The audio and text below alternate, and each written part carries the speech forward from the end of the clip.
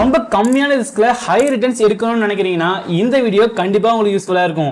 டோட்டலா 19 conservative hybrid direct mutual fund மார்க்கெட்ல இருக்கு. Some basic factors, equity analysis, டெப்ட் அனலைசிஸ், அதர் ஃபேக்டர்னு டோட்டலா 16 ஃபேக்டர்ஸ் அனலைஸ் பண்ணி நமக்கான பெஸ்ட் ஃபண்டை சூஸ் பண்ண போறோம். இந்த வீடியோல நிறைய நியூ ஃபேக்டர்ஸ் பத்தி லேர்ன் பண்ண போறோம். சோ ஸ்கிப் பண்ணாம லாஸ்ட் வரைக்கும் பாருங்க. Let's get into the video. இந்த வீடியோ தான் ஹைபிரிட் மியூச்சுவல் ஃபண்ட் ரிலேட்டடா போடுற ஃபர்ஸ்ட் வீடியோ. நிறைய பேர் கமெண்ட்ல ஹைபிரிட் மியூச்சுவல் ஃபண்ட் அனலைஸ் பண்ணி வீடியோ போடு விஜய்னு கேட்டிருந்தீங்க. சேனல்ல இருக்க எல்லா வீடியோமே ஒரு சீக்வென்ஸ்ல இருக்கணும். நியூ சப்ஸ்கிரைபர்ஸ் இல்லனா பிகினர் ஃபர்ஸ்ட்ல இருந்து செக் பண்றாங்க, இல்லனா மியூச்சுவல் ஃபண்ட் பிளேலிஸ்ட் எல்லாம் செக் பண்ணி பார்க்கறாங்கன்னா அவங்களுக்கு எல்லாமே ஸ்டெப் பை ஸ்டெப்பா அண்டர்ஸ்டாண்ட் ஆகணும்ன்ற மாதிரி தான் எல்லா வீடியோஸையும் பிளான் பண்ணி அப்லோட் பண்ணிட்டு இருக்கேன். ஹைபிரிட்னா தமிழ்ல கலப்படம், கலந்துன்னு சொல்லுவாங்க. ஈக்விட்டி அண்ட் டெப்ட் இது ரெண்டுத்துலயுமே இன்வெஸ்ட் பண்றது தான் hybrid mutual fund. Some types of fund commodity like கோல்ட்லயும் சேர்த்து இன்வெஸ்ட் பண்ணுவாங்க. இந்த மாதிரி மல்டிபிள் ஆப்ஷன்ல கலந்து இன்வெஸ்ட் பண்றது தான் hybrid mutual fund. Already equity mutual fund பத்தி எக்ஸ்பிளைன் பண்ணிட்டேன், டெப்ட் மியூச்சுவல் ஃபண்ட் பத்தி எக்ஸ்பிளைன் பண்ணிட்டேன். அந்த வீடியோஸ்க்கான லிங்க் எல்லாத்தையுமே கமெண்ட் அண்ட் டிஸ்கிரிப்ஷன்ல ப்ரொவைட் பண்றேன், மறக்காம செக் பண்ணி பாருங்க. இந்த ரெண்டு பிளேலிஸ்ட்ல இருக்க வீடியோஸ் எல்லாத்தையுமே நீங்க கம்ப்ளீட்டா செக் பண்ணி பார்த்திருந்தா இப்போ எக்ஸ்பிளைன் பண்ண போற ஹைபிரிட் மியூச்சுவல் ஃபண்ட பத்தி ஈஸியா அண்டர்ஸ்டாண்ட் பண்ணிக்கலாம். இந்த ஹைபிரிட் ஃபண்ட்ல நிறைய டைப்ஸ் இருக்கு. அத நம்ம இப்ப பார்க்க போறது conservative hybrid mutual fund. What is conservative hybrid fund? கன்சர்வேட்டிவ்க்கு நிறைய மீனிங் இருக்கு. இன்வெஸ்டிங் வந்துட்டா சேஃபா, காஷனா, ரொம்ப கம்மியா ரிஸ்க் இருக்குதுன்னு அர்த்தம். சோ கம்மியா ரிஸ்க் எடுத்து ஈக்விட்டி அண்ட் டெப்ட்ல இன்வெஸ்ட் பண்ற ஃபண்ட் தான் கன்சர்வேட்டிவ் ஹைபிரிட் மியூச்சுவல் ஃபண்ட். அது எப்படி விஜய் கம்மியா ரிஸ்க் எடுத்து இன்வெஸ்ட் பண்ணுவாங்க?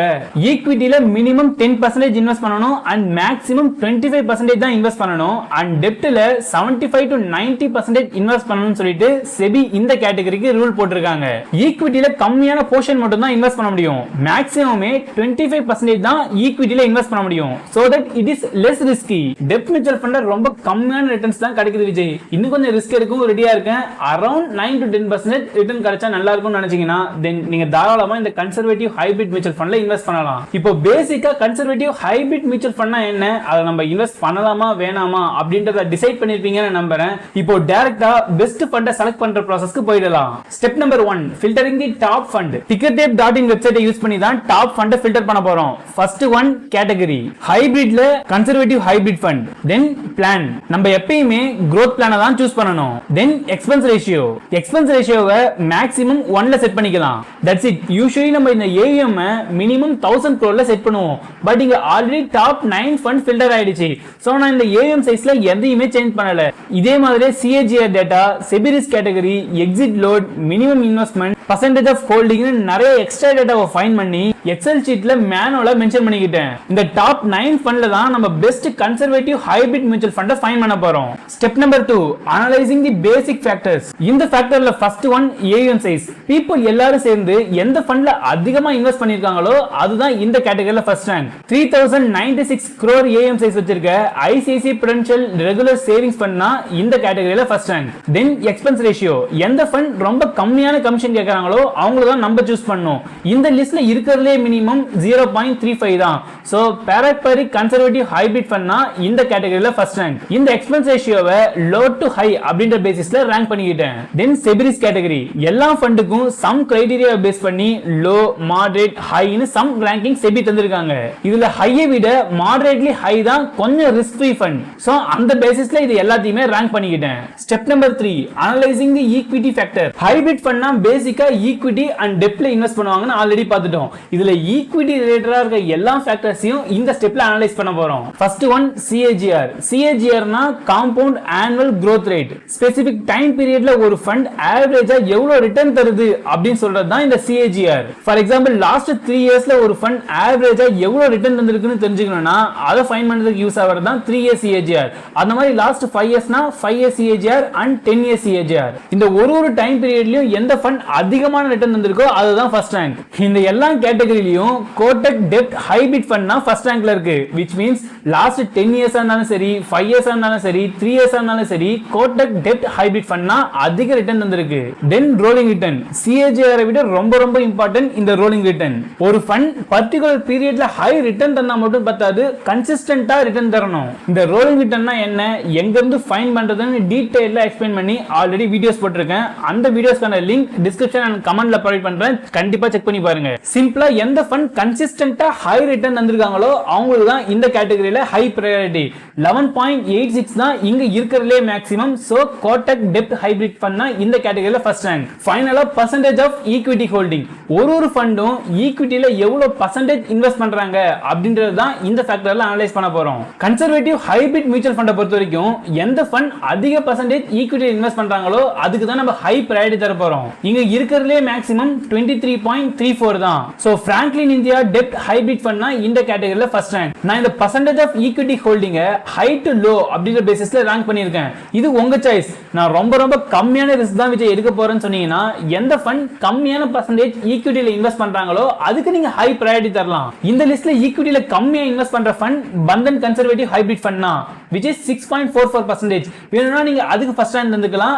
லோ டு ஹை அப்படிங்கிற பேசிஸ்லயும் ரேங்க் பண்ணிக்கலாம். பட் யூசுவலா கன்சர்வேட்டிவ் ஹைபிரிட் மியூச்சுவல் ஃபண்டை பொறுத்த வரைக்கும் நான் ஹை டு லோ அப்படிங்கிற பேசிஸ்ல தான் சஜஸ்ட் பண்ணுவேன். ஸ்டெப் நம்பர் 4, அனலைசிங் தி டெப்ட் ஃபேக்டர். போன ஸ்டெப்ல ஈக்விட்டி ரிலேட்டட் ஃபேக்டர்ஸ் அனலைஸ் பண்ணோம். சேம் இப்போ டெப்ட் ரிலேட்டட் ஃபேக்டர்ஸ் அனலைஸ் பண்ண போறோம். First one average YTM.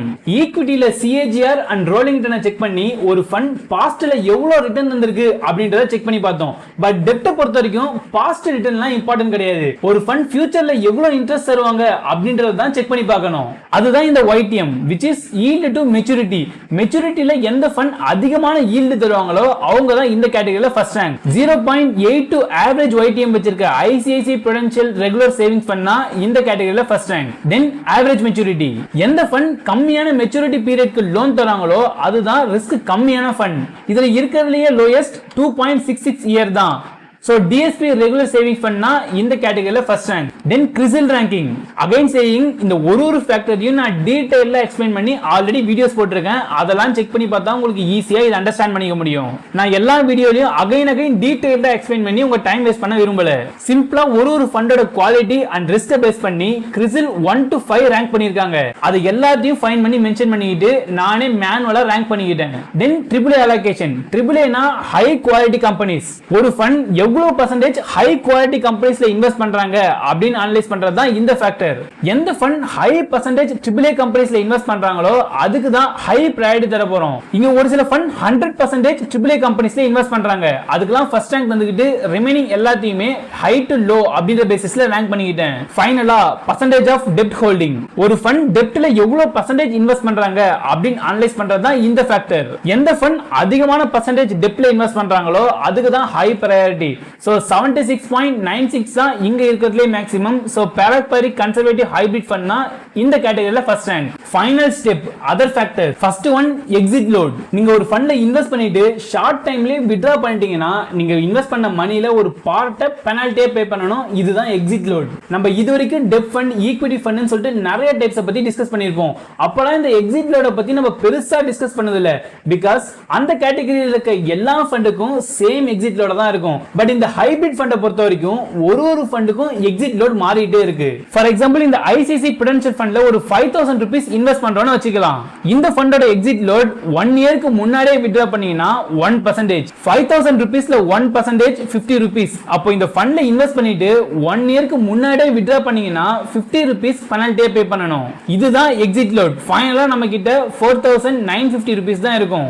1 இயர்ல இந்த fund positive or negative return வந்திருக்குன்னு சொல்லிட்டு லாஜிக்கலா தான் சொல்லாதீங்க. நான் ஜஸ்ட் எக்ஸாம்பிளுக்கு ஜீரோ ரிட்டர்ன்ல எக்ஸ்பிளைன் பண்ணேன்.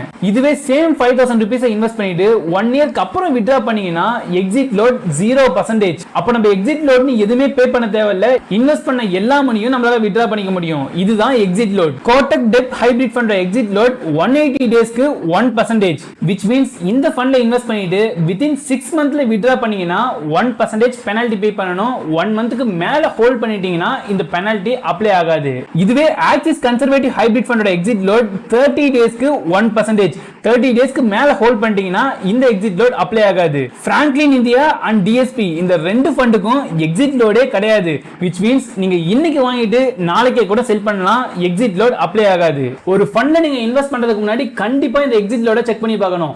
எந்த ஃபண்ட்ல exit load period and exit load percentage கம்மியா இருக்கோ அந்த ஃபண்டுக்கு தான் ஹை பிரையாரிட்டி நீங்க தரணும். நான் இந்த exit load period and percentage ரெண்டுத்தையும் அனலைஸ் பண்ணி எது இருக்கிறதுலயே மினிமமோ அதுக்கு ஃபர்ஸ்ட் ரேங்க் தந்துக்கிட்டேன். சோ இந்த எக்ஸிட் எக்ஸிட்டோட மினிமம் டு மேக்ஸிமம் அப்படின்ற பேசிஸ்ல ரேங்க் பண்ணிக்கிட்டேன். தென் மினிமம் இன்வெஸ்ட்மெண்ட், எந்த ஃபண்ட் கம்மியான மினிமம் இன்வெஸ்ட்மெண்ட் கேக்குறாங்களோ அதுக்கு தான் ஹை பிரையாரிட்டி. இந்த லிஸ்ட்ல இருக்கிறதுலே மினிமம் 100 rupees தான். சோ கோட்டக் அண்ட் டிஎஸ்பி இந்த ரெண்டுத்துக்குமே ஃபர்ஸ்ட் ரேங்க் வந்துகிட்டேன். இந்த minimum investment low to high அப்படின்ற பேசிஸ்ல ரேங்க் பண்ணிக்கிட்டேன். ஃபைனலா இதுவரைக்கும் பார்த்த எல்லா ஸ்டெப்பையும் பேஸ் பண்ணி ரேங்க் பண்ண போறோம். மெயின் ஃபேக்டர், ஈக்விட்டி அனலைசிஸ், டெப்ட் அனலைசிஸ், அதர் ஃபேக்டர்னு எல்லாத்தையும் பேஸ் பண்ணி ரேங்க் பண்ணா the winner is Kotak dept hybrid fund. DSP regular savings fund second ரேங்க்ல இருக்கு and பாராக்பரிக் conservative hybrid fund third ரேங்க்ல இருக்கு. இந்த எக்ஸல் ஷீட்கான லிங்க் கமெண்ட் அண்ட் டிஸ்கிரிப்ஷன்ல ப்ரொவைட் பண்ணிருக்கேன். ஜஸ்ட் டவுன்லோட் பண்ணிட்டு நீங்களும் உங்க அனலைசிஸ் பண்ணி உங்களுக்கான பெஸ்ட் ஃபண்டை சூஸ் பண்ணுங்க. இந்த வீடியோ உங்களுக்கு யூஸ்ஃபுல்லா இருந்துச்சுன்னா வீடியோவை லைக் பண்ணிட்டு சப்ஸ்கிரைப் பண்ணிக்கோங்க. மோர் ஓவர் உங்க தாட்ஸ் அண்ட் சஜஷன்ஸையும் கமெண்ட் பண்ணுங்க. Once again saying I am not SEBI registered person. Just education பர்பஸ்க்காக தான் என்னோட நாலேஜை ஷேர் பண்ணிட்டு இருக்கேன். Do your own analysis before taking any decisions. That's it for today. It's just a beginning. More things to learn. We will grow together and escape from normalcy. Stay tuned. See you soon, Prosperous.